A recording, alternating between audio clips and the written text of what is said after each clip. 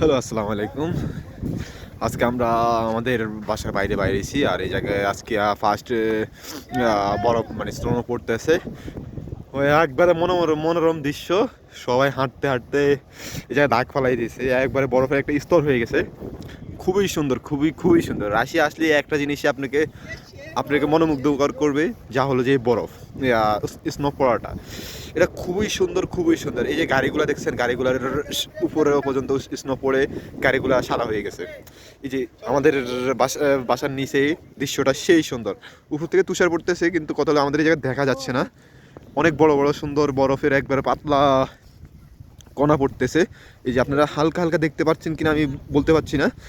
সেই সুন্দর এই জায়গায় আমার ভাই ব্রাদাররা সবাই আমরা বরফ নিয়ে খেলার জন্য আসছি। অনেকে বরফ নিয়ে খেলতেছে। এই যে আমাদের বড় ভাই রকি ভাই, তারপর আমাদের রাব্বি ভাই আছে, পরে আমাদের এই জায়গায় কৃষ্ণ ভাই আছে, যে এখনো আনম্যারিড। তার জন্য একটা ওয়াইফ দরকার। যদি কারো স্বনিকটে একটা নারী থাকে যে আমাদের কৃষ্ণ ভাইকে বিয়ে করবেন, তার কিন্তু মাসিক স্যালারি অনেক ভালো, তাহলে আমাদের সাথে যোগাযোগ করতে পারেন। এই জায়গায় আমাদের 26 ভাই আছে, সে কিন্তু already say already mingle, because তার গার্লফ্রেন্ড আছে।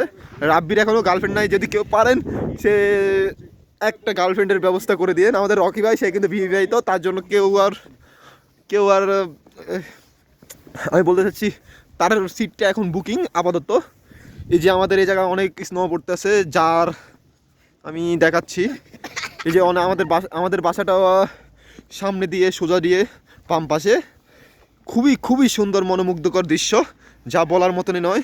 এই যে দেখেন কীভাবে স্নোটা পড়তেছে। হো, পুরাই পুরাই অস্থির, পুরাই অস্থির। স্নোতে আমাদের পুরা চারপাশ ঢেকে গেছে। ভাই, তোমরা কিছু বলতে চাচ্ছ? রকি ভাই, আপনি কিছু বলতে চাচ্ছেন? আপনি কি ব্লগ করতেছেন একটু বলেন। আসলে রাশিয়া আসার পর থেকে বুঝছেন, জি ভাই, এই ফিলিংসটা দেখার জন্য এতদিন অপেক্ষা করলাম। যাক, আলহামদুলিল্লাহ অবশেষে দেখা পাইলাম, অনেক ভালো লাগতেছে। Russia success. জি জি, রাশিয়া সাকসেস। এ রাব্বি, হ্যাঁ তুমি কিছু বলো। আমার কাছে তো মজাই মজা হতা হে। এটা কি? এটা স্নো। দেখি ভেঙে দেখাতো এটা কি? এটা বড় তুষার তুষার পড়তেছে। এটা দিয়ে আমি বল বানাইছি, আমি খেলতেছি। আমার সাথে আছে ফখরুল ভাই, এরপরে আছে সাদমান, এরা আছে দাদা তো চলে গেছে, বাবির সাথে কথা বলতেছে। ঠান্ডাটা কিরকম?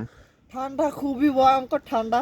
আমার হাত জমে যাচ্ছে। এই যে আমি বল দিয়ে খেলতেছি, তাও মজা করতেছি। ভিতরে অনেক গরম লাগতেছে, কিন্তু বাইরে তো অনেক ঠান্ডা। ওকে, দাস বিদানিয়া। ওকে, সাবির, তুমি আমাদের মধ্যে কিছু বলতে চাচ্ছ? আমার হাত মনে করে চলতেছে না, রক্ত চলাচল অফ ভাই হয়ে গেছে। সেম টু মাই, আমার হাতটা আমি শুধু খালি একটা বাংলাদেশ। বলার বাইরে ওকে অসম্ভব ঠান্ডা। ওকে, অসম্ভব ঠান্ডা। আর কিছু বলতে চাচ্ছ আমাদের মধ্যে? কিছু বলো। যারা আসবেন অনেক অনেক স্বাগতম আপনাদেরকে। আরো আসেন বাঙালি, আরো আসেন। ফিনল্যান্ড বরফের ফিল নিতে হবে। আমরা কি জন্য আসছি? শুধু এই জন্যই আসছি, বরফের ফিল্ডে। বরফ দেখতে আসছি, আর কোনো কাজে না। আর কোনো কাজে না, ঘুরবো খাবো আর ঘুরবো। এটাই কাজ। এই যে আমি অনলি শুধু খালি আমাদের বাংলাদেশে বাইক চালানোর একটা গ্লাভস ওটা নিয়ে আসছি, যার জন্য আমার মানে হাতের অবস্থা 12টা। ভাই, আপনাদের জন্য অনেক কষ্ট করে ভিডিও বানাচ্ছি। সবাই সাবস্ক্রাইব করে দিবেন প্লিজ।